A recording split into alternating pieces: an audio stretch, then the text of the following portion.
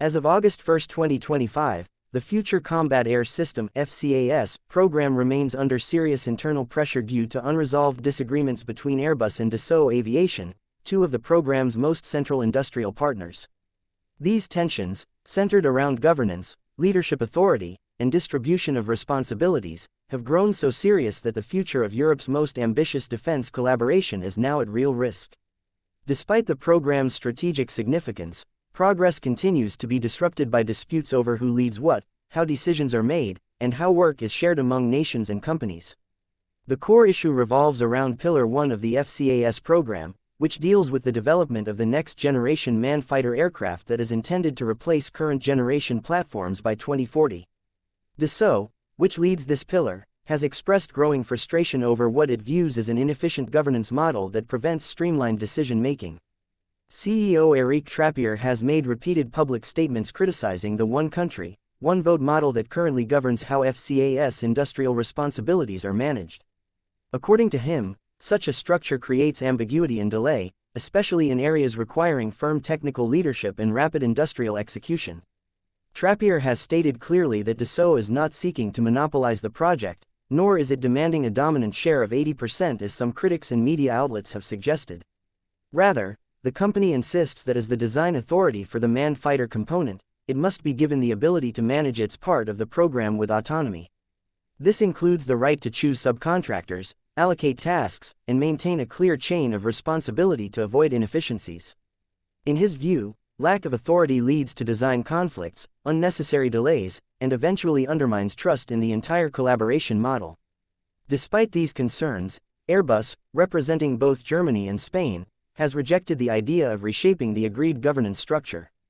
Airbus CEO Guillaume Faury responded firmly, stating that all companies involved must work within the governance system they collectively agreed upon during the initial phases. He emphasized that if any single company cannot operate within that structure, it needs to make a clear decision whether it will continue to participate or not. Faury reiterated Airbus's commitment to pushing the project forward, with or without those unwilling to accept the current framework. He argued that delays caused by governance debates are no longer acceptable, especially with key program deadlines approaching. This industrial tension has reached the highest political levels.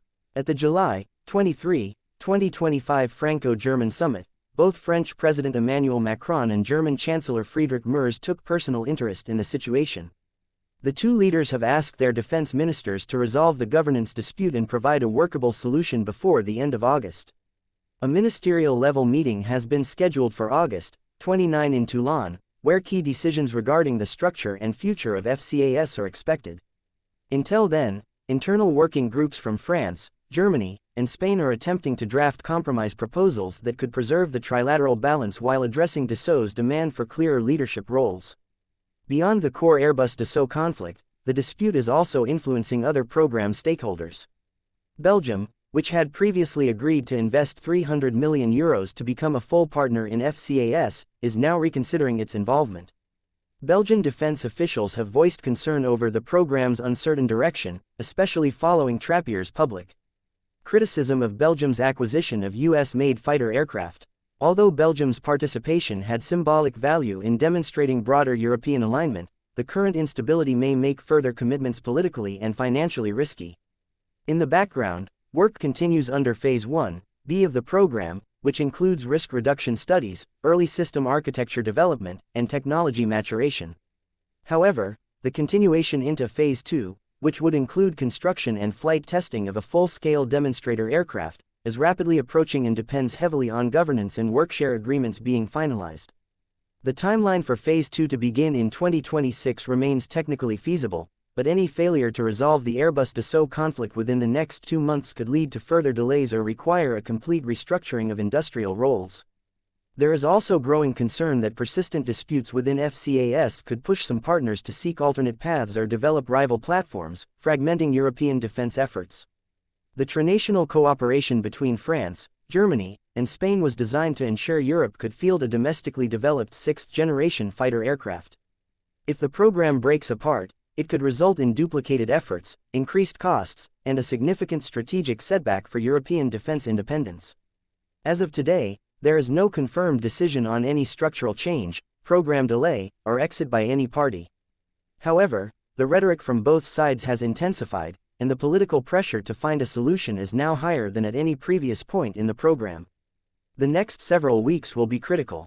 The late August meeting is expected to bring clarity either in the form of a firm agreement that stabilizes the project or in exposing fundamental divides that could jeopardize the program's viability. The FCAS program stands at a critical juncture. Dassault is demanding more control over its designated responsibilities, Airbus is pushing for adherence to agreed rules, and governments are now stepping in to mediate. If these issues are not resolved swiftly, the program risks fragmentation or failure, which would have significant long-term consequences for Europe's ability to independently develop advanced air combat systems.